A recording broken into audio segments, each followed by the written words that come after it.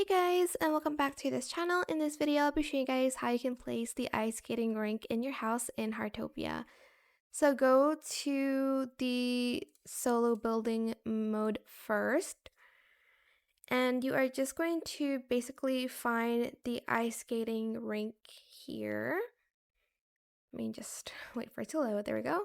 You'll find it in the material section. If you go here, you'll see the ice skating rink and ice rink flooring, and you're just going to place it and you're then able to skate on top of it basically. But yeah, that's where you can find it.